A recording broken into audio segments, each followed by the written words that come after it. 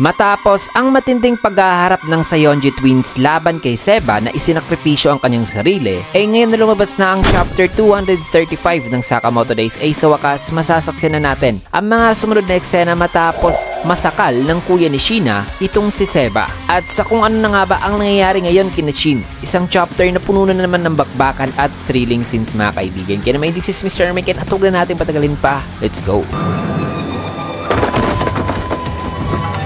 Nagsimula ang chapter dito sa kuya ni Sheena na sinasakal ngayon si Seba na sabing, so papunta na pala rito si Sakamoto. Tama ba ako? Di naman sumagot si Seba at nahihirapan ng huminga. Makikita naman si Sheena na lumabas na mula sa transparent room na sabi nito na ano na itong nangyayari ngayon, sinasayang nyo lang pala ang oras ko. Tinanong naman si Sheena ng kanyang kuya kung ayos lang ba raw ito. Sagot naman ni Sheena na siguro, mukhang nagmamadali at naiinip lang daw kasi siya ngayon. Sagot naman ng kuya nito na ibig sabihin lang yan, kailangan mo munang magpahinga. Magpahinga ka muna, ipagpaliban mo na lang ito sa iyong kuya. Ako nang bahala rito. Nagulat naman si Sheena sa sinabi ng kanyang kuya at nainis na sabing, huwag mo akong maliitin kuya. Sabay sinipan nito ang braso ng kanyang kuya kaya ay nabitawan niya si Seba. Subalit tinutukan naman ni Sheena ng Gatling gun si Seba. Kaya ay sabi naman ng kuya nito na ano bang ginagawa mo Sheena? Ano bang nangyayari sa'yo? Sagot naman ni Sheena na lagi mo na lang akong minamaliit. Kaya ko namang patayin kaagad ang ganitong kalaban eh. Sagot naman ng kuya ni Sheena na oo pero sinabi mo kasi na mukhang wala ka sa mood ngayon at nagmamadali. Kaya ay napag-isipan lang daw niya na baka kailangan daw munang magpahinga ni Sheena. Tugon naman ni Sheena na porket kuya kita lagi mo na lang akong poprotektahan.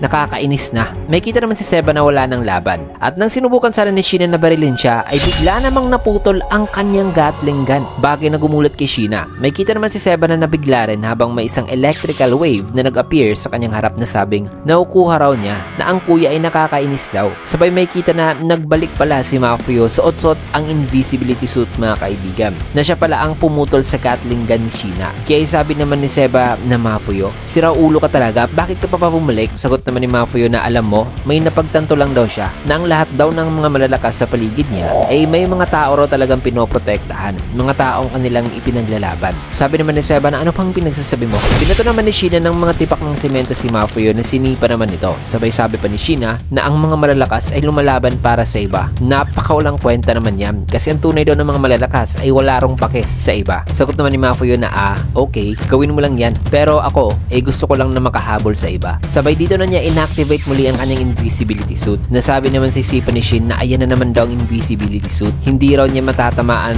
si Mafuyo kung ganito lang daw ang kanyang gamit. At may kita naman dito si Mafuyo na tuluyan na invisible habang si Sheena ay iniba na ang form ng kanyang weapon at nag-switch sa mallet mode na ang kanyang Gatling gun ay naging isang malaking maso na kanyang ginamit para ihampas-hampas sa kanyang paligid mga kaibigan. Nasabing lumapit ka pa rito ng konti. Maya-maya pa biglang lumabas ang electrical wave at nag-appear naman sa harap ni Sheena si Mafuyo na papasugod na. Kaya sabi naman sa isipan ni Sheena na huli ka. Subalit sumigaw naman ang kuya ni Sheena na sabing, Sheena, tinitrick ka lang yan. Nang maya-maya pa bigla namang tinamaan si Sheena ng isang atake na di nito na-anticipate. Kaya napasabi siya rito ng anong klaseng sapagkat ang ataking yon ay ang invisibility suit pala na nilagyan ni Mafuyo ng mga tipak ng semento at inihampas kay Sheena. Nasabi pa dito ni Mafuyo na bobo. Tinanggal naman ni Mafuyo ang mga tipak ng semento sa kanyang invisibility suit. Kaya sabi naman sa isipan ni Seba na tinago niya ba ang mga tipak ng semento sa loob ng invisibility suit. Pero hindi raw napupull off ni Mafuyo ang ganitong klaseng trick unless na lang daw kung na habang iniisip ni Seba ang mga bagay na yan.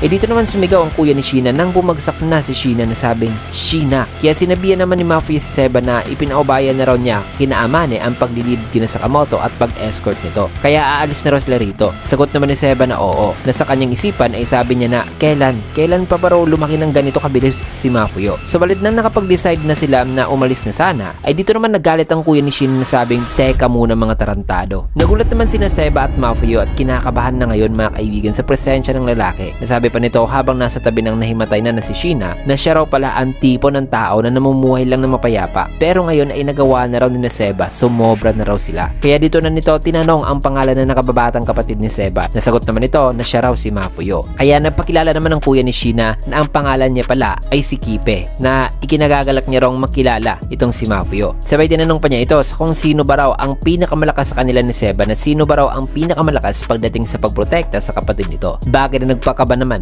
kay Mafuyo. Matapos yan ay nilipat naman eksena dito kina Shin at Boiled na galing pala sila sa isang away laban sa mga assassin na sumubok sana sa pagpatay sa kanila. Nasabi pa ni Boiled na kainis, walang hanggan daw ang pagsulpot ng mga assassins na to. Tanong naman ni Shin na sa tingin mo ba ay may naghahanap din ngayon kina Seba para para patayin sila. Maya-maya pa'y sinabihan naman sila ni Wutang na pumasok na sa sasakyan at bilisan na raw nila. Kaya dito na sila umalis na sabi ni Wutang na kailangan daw nilang dalhin si Sakamoto sa safety na lugar at kailangan din daw talaga nilang magmadali. Matapos yun ay sinubukan naman dito ni Atari na mag-lock ritual at tinanong siya rito ni Hana kung ano raw ang ginagawa nito. Na matapos niyang gawin ang ritual ay dito siya nag-alala sa naging resulta. Si Shin naman ay tila ba'y parang na-freeze at kinakabahan na kaya tinanong siya ni Bold na ano raw problema. Sabi naman ni Shin na may masama lang daw siyang kutob rito na hindi raw maaari sapagkat sa unahan ng highway ay may kita ang isa sa bagong order member na si Tanabata. Ang order member mga kaibigan na gumagamit ng electrical guitar as a weapon. So may makakaharap sila ngayon mga kaibigan na order member na sino kaya nga harap sa isang halimaw na ito nang sa ganun ay makakamuta pa rin sina Sakamoto patungo sa JCC.